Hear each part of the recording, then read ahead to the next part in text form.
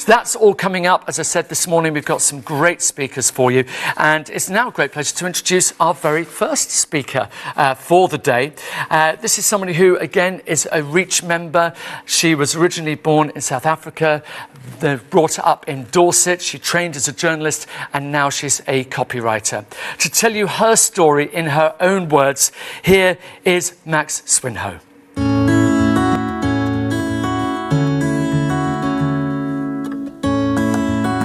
First time in my life, I feel like I have a reason to talk about my arm, and that I'm not alone on my journey.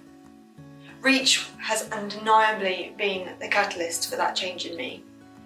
I rejoined in February, just 7 months ago, and already I've got rid of the cardigan or the sock that I've been hiding my arm with for 31 years.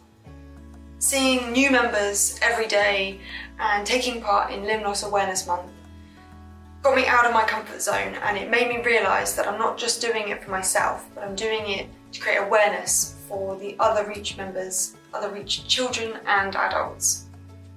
Been shy for a lot of my life, but my arm has also been a huge motivator for me, to push me to do things that other people didn't expect me to do, just because I had a disability. Growing up, I had a pretty normal childhood.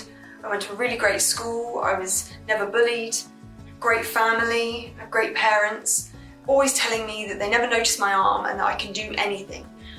But I realise now that the thing that was missing was that I didn't have the representation, and I didn't have the person in front of me with the upper limb difference that I could look at to tell me that different is fine. That's really what I wanted to see.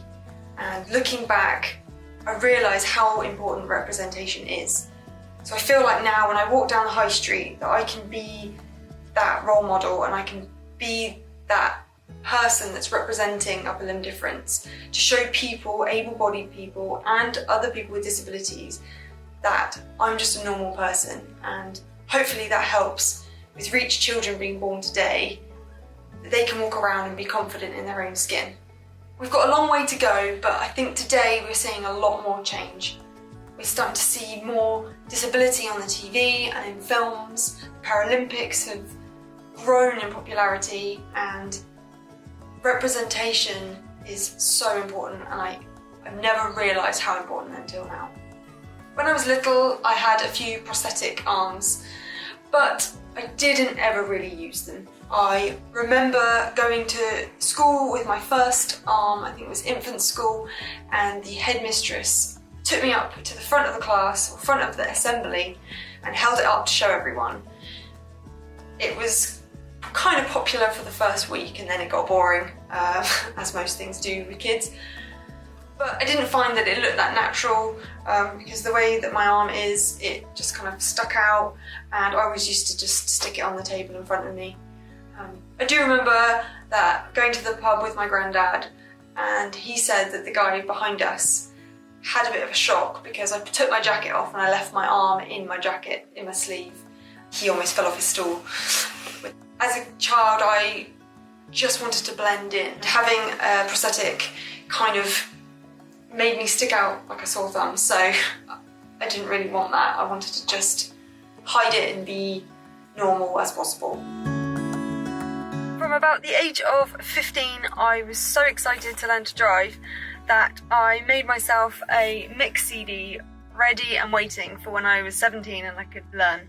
I learned to drive with BSM, and I had an infrared kind of system and an automatic, but I soon discovered when I passed that it was going to be too expensive for my £200 car to get it all installed.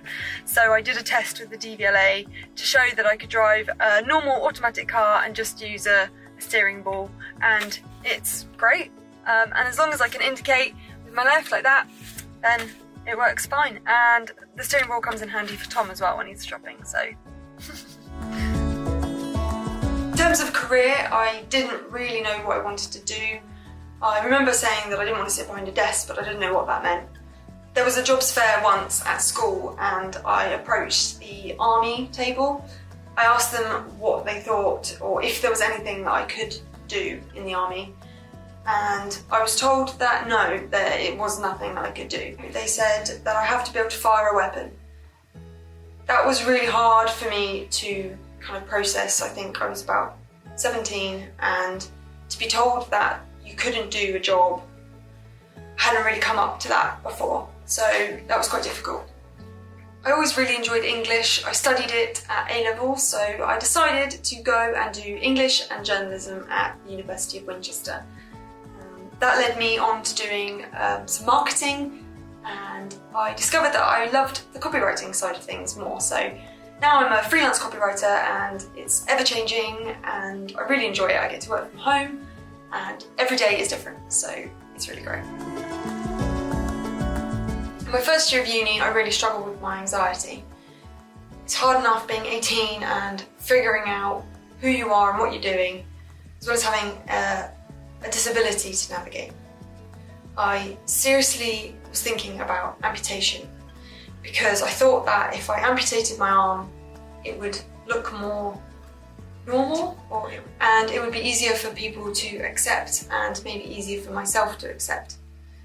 So I went to speak to a surgeon, and he said it was a possibility, but that I would lose function. And I use fingers to type, and I use a hook to carry things, but I was seriously considering losing that for kind of looking a little bit more normal. I'm really glad that I didn't go that route, because I found out about the Paralympic Tryouts in Sheffield. So we went to do that. My aim was to swim. It was really great. I saw lots of people with lots of disabilities, and it was very exciting. I started trying a lot of the different sports, and I ended up being okay at shooting. So I tried the pistol and I tried rifle, and as much as I enjoyed it, I was struggling with being shy. I was struggling with being kind of one of the youngest people there, and I kind of wanted to concentrate on uni. So I decided in the end not to go that route, because in second year my confidence was growing, my anxiety had lessened, and I met Tom. And 10 years later we would get married, and we would have had lots of adventures. So I'm really glad that that's the path I chose. In 2014, Tom and I had the opportunity to travel. So we left our jobs, and as terrified as I was, because I'd never done anything like that before, we set off and started our journey in North America with a road trip, and then we headed to South and Central America. We kind of got the travel bug at that point, backpacking around. We learnt how to scuba dive, we had our advanced PADI qualifications, we got to go snorkeling with whale sharks, and we just had the most amazing adventure. So after that we decided to head to Australia, where we spent a year living and working, and if you had told me that a year before, I would never have believed you.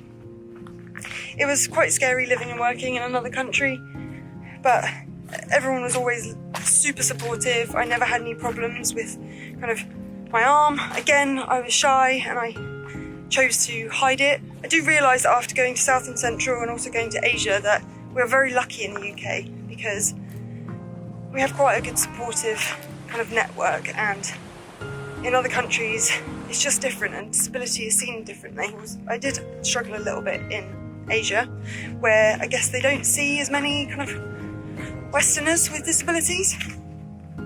Anyway, after Australia we headed to New Zealand, where we camped and hiked for 6 weeks. It was probably my favourite place that we've ever been. We then headed for Asia, where we did Vietnam, Thailand, Cambodia and Laos. We went kayaking along the Mekong River. We did lots of hiking. Then we decided to cap off our adventures by heading to Nepal and doing Everest Base Camp. So we did the 18-day trek to Everest Base Camp, and it was just breathtaking. The Himalayas are beyond explanation, and the people are so amazing. So then we came home and we decided that we hadn't had enough of an adventure. We got jobs and we got a flat, but we just didn't have it out of our systems, I guess. We planned to do the Appalachian Trail. It was a 2,189 mile trail from Georgia to Maine. through 14 states of America. 2017, we set off and we did it in 5 months, doing 20 miles a day, 6 days a week.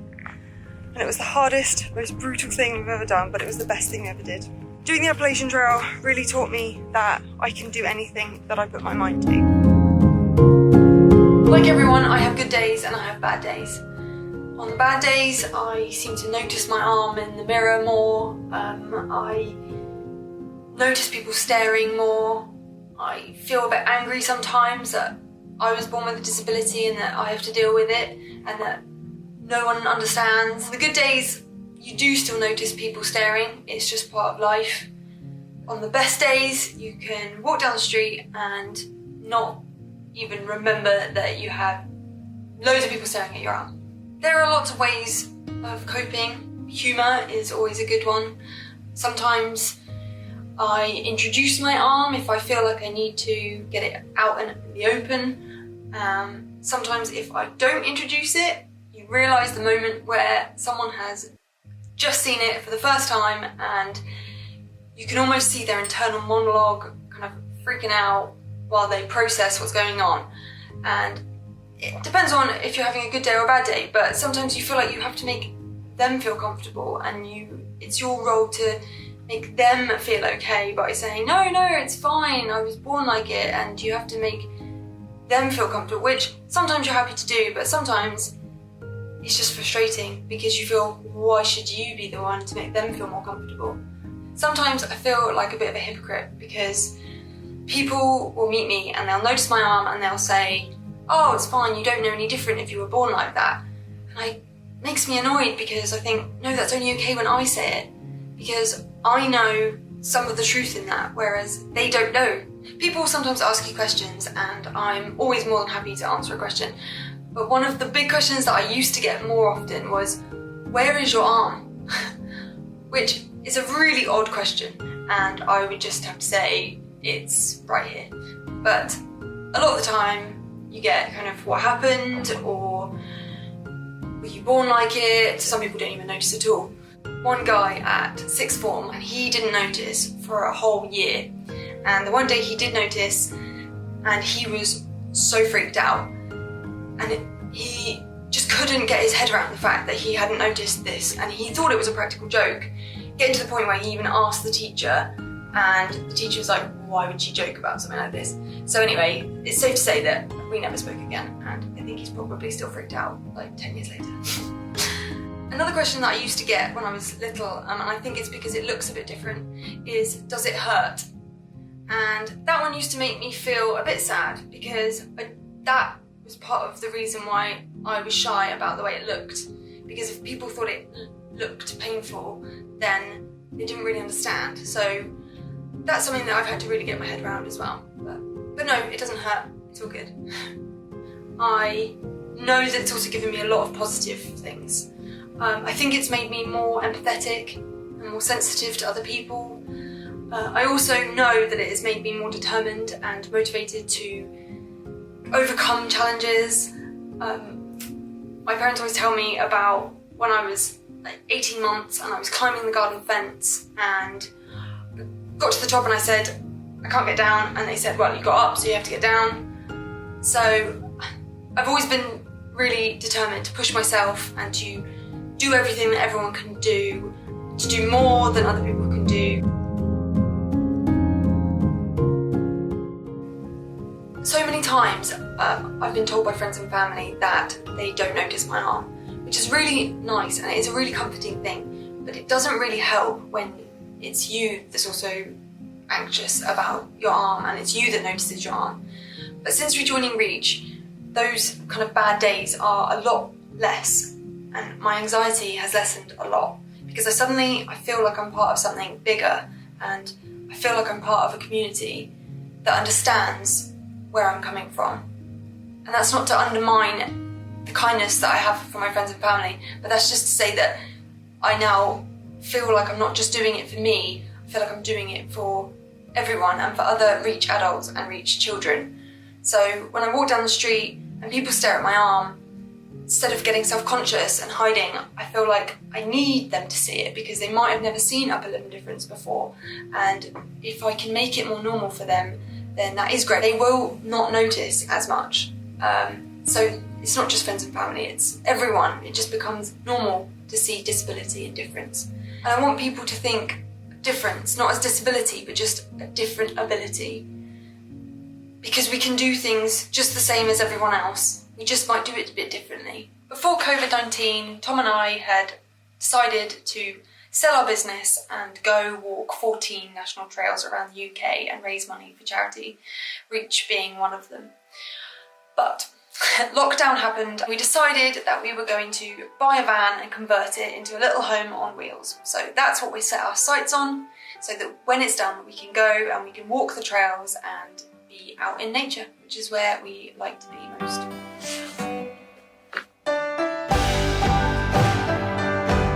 I don't know what the future holds for us, but I do know that we're going to be having lots of adventures, we're going to be living a simpler life, we're going to be in touch with nature and pushing ourselves, because that's when we feel alive and happiest. I found that over the years, pushing myself really opens my eyes to what I can do, and it opens opportunities. I never thought I would live and work in another country. I never thought I would travel, scuba dive, swim with sharks, walk 2,000 miles. But now I know that I can do that.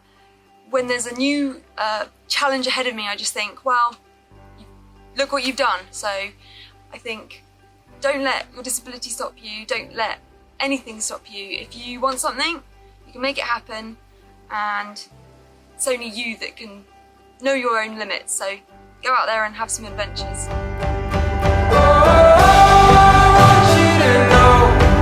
You're not in this on your own. I would never let you go. Oh, I'm willing to do anything if I have you. Darling, no matter what it takes, we'll make it through. No matter what it takes, we'll make it.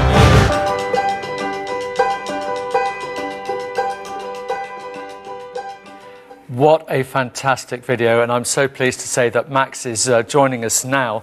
Max, first of all, I have to say congratulations on such a phenomenal video. Thank you.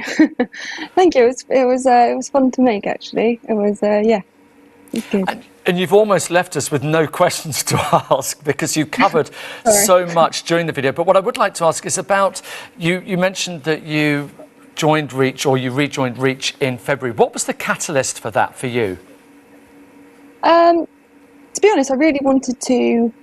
I've been wanting to rejoin for kind of quite a few years now, and it's one of those things. You're like, I want to get involved and I want to do things, but life just gets in the way. So I wanted to do some fundraising.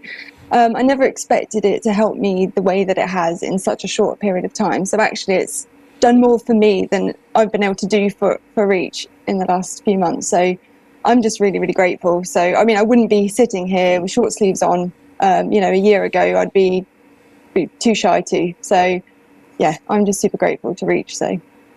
One of the things that's always interesting when I hear people's journeys, which is, never ceases to be inspirational to me when you hear that. And I love the frankness that you gave there about the highs and the lows. One question I know that many Reach families always ask is that moment when you became okay with it, when you became okay with your difference, when you felt that actually you were brave enough. Could you talk a little bit about that moment when it happened? What was the trigger for that and the difference it made? Yes, of course. It was when I started taking part in Limb Loss Awareness Month, and also from seeing how many new members there were every day. I suddenly gone from being kind of doing my day-to-day on my own to suddenly realising that there are people on all legs of their journey, at this moment in time, and it's not just me. And I remember I walked down the high street. I got out of my car to go down the high street, to go to the post office the one day, and I realised that my fear was that something bad was going to happen if I didn't have a sleeve on. And then I realised that actually nothing bad is going to happen. People are always going to stare whether I've got it covered or not, because it's still different. So actually nothing bad is going to happen. And what is the worst thing is that they're going to see it, and maybe next time they see an upper limb difference, they're not going to stare as much, maybe, and someone staring isn't going to hurt me. It's them learning. So I think that was kind of the trigger for me, is just realising that actually if I can be a bit brave and go out there, then I'm doing it for kind of little ones being born today, so that they don't have to spend 31 years hiding their arm or wearing a sock to go to the gym. So yeah, that was kind of it for me. It was knowing that I was doing it for other people, not just myself. And obviously watching you there and hearing all the different stories that you talked about will be so familiar to other Reach members and Reach parents and so on. I want to finish off with your journey. It looks fantastic going off in that camper van. I'm completely envious of you going to Nepal and doing Everest Base Camp and so on. Given where we are right now, how do you see your next adventure? What do you think you'll do next? Well, we had set off to do the 14 national trails around the UK, which is I think a total of 2,400 miles. But obviously COVID got in the way, so instead of kind of stopping us, it's only fueled us to do our van. And once that's up and ready, we can kind of be self-contained, and we still want to go do those national trails. We just want to do it as safely as possible. So we still want to do it, and I guess it's just going to be more UK-based adventures, and there's lots of the UK to explore that we haven't been. So we're really excited. So well, on behalf of us all, and especially for Reach families and other youngsters who are looking at you right now, full of admiration, thank you so much for coming on. Thank you for being back in the Reach family as well, and for all your work and doing so much work for Reach and everything else. So thank you very much again, and all the best with your travels. Hopefully we'll see you on a trail somewhere soon. Yes, thank you so much. Thanks for having me. Thanks. All the best. Cheers now. Bye. Bye. Alas, technology hasn't allowed us to reconnect with Lauren. Lauren is in Portugal at the moment, and we haven't managed to quite get that connection. But being the true professionals, our technical team over there we've managed to keep Max on the line. So Max, thank you for staying with us. And has that inspired you maybe you're doing all this trekking, maybe sport, maybe TV reality shows? Because actually we had a question come in on Slido about TV reality shows and how now there are so many contestants who have difference in all sorts of different ways. What's your feeling to that? How do you think that's affected the perception of people with limb differences? I think it's played a big part. I think it doesn't kind of put focus on it, but it just makes it a part of the show, and it just shows that we're all just normal people. We might just do things a bit differently, just as Lauren said. So I think it's a really good idea. I think Bake Off would be amazing, but oh, no way. But I would never get a handshake at all.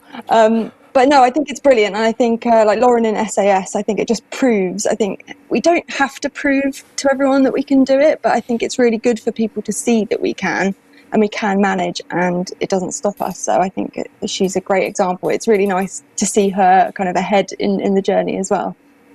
And we had another question come in on Slido, which was about people asking questions. And you mentioned earlier on when we talked before about the questions that you don't like people necessarily to say. And a question came in, so what would be, if somebody is talking to friends and family, or somebody who wants to address the subject but doesn't know the best way to do it, what would your advice be? I think if you're not trying to kind of offend, you're not going to. I think people get scared about talking about these things. I think a really nice term is upper limb difference, because I think I personally has always been challenged by disability, because I think for me anyway, it's something that's in the way, and actually it's not, and I think it is a difference. So I think for people to be talking about, with other family members and friends, to introduce it, I think saying, she or he have an upper limb difference, but it doesn't stop them, or they were born a bit different, but it doesn't hold them back. I can appreciate it can be very difficult. And I think also for parents with young children, it can be very difficult to know when to step in. I don't recall my parents ever I think my parents let me kind of do the talking. I was shy, but I think eventually I figured out ways of having to deal with it. And with different people, you have to figure out different ways. And I think, as I said in my video, that some people you do feel like you need to kind of comfort them a little bit and introduce it, which isn't always fair. But hey, if they've never seen it before, then they don't know any different. So it's a hard one, and everyone's different, and you do have to appreciate that about them as well as them appreciating that about you, I think. I like the fact that you're talking about having an open discussion with your family and friends, and also it's about the intention, and it's the same for any subject where people are a little bit nervous about asking about it.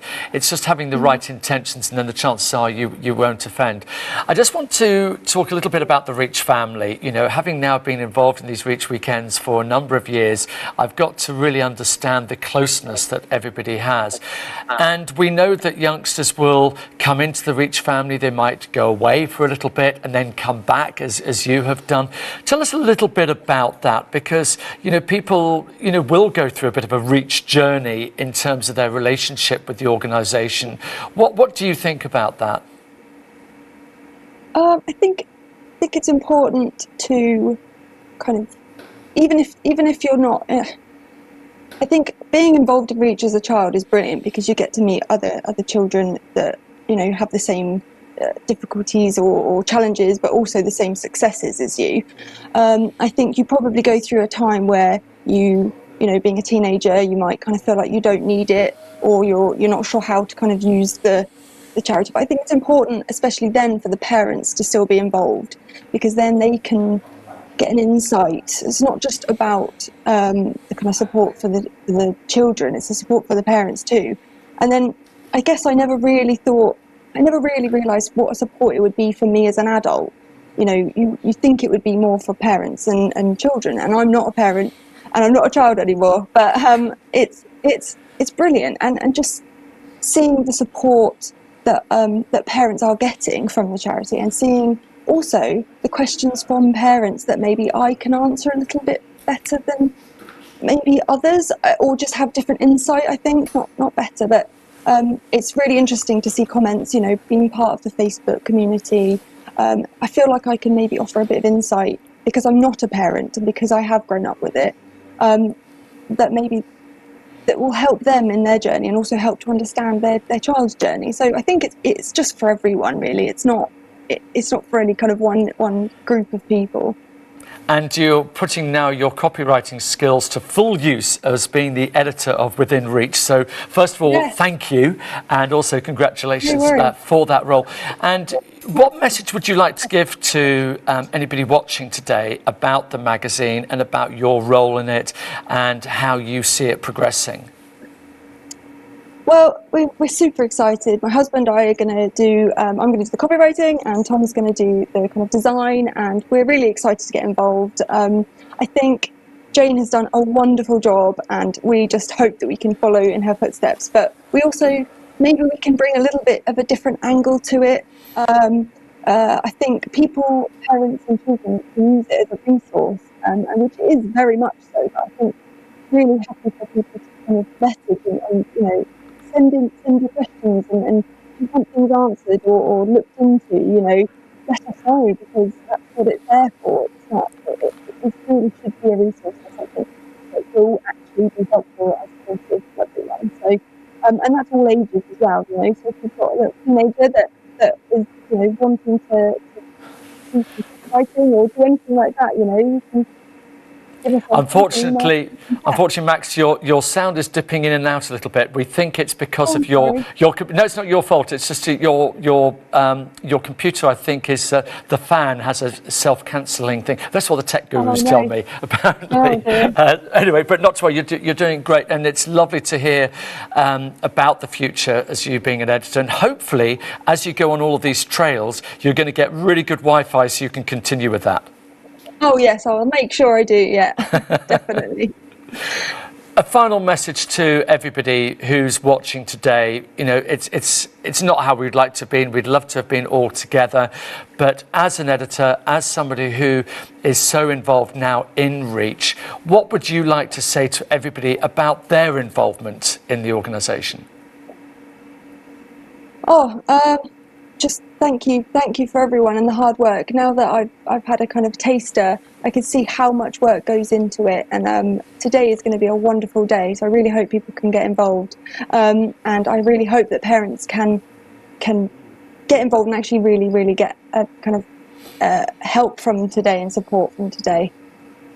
Thank you very much indeed, Max. It's been great to chat to you. And thank you very much for being on standby there, because we couldn't get through to Lauren over in Portugal, who's currently sunning herself while we're freezing ourselves here in the autumn of England. I know, it is chilly. Great to see you, Max. Thanks so much indeed for being with us. Thank you very much. Thank you. Bye.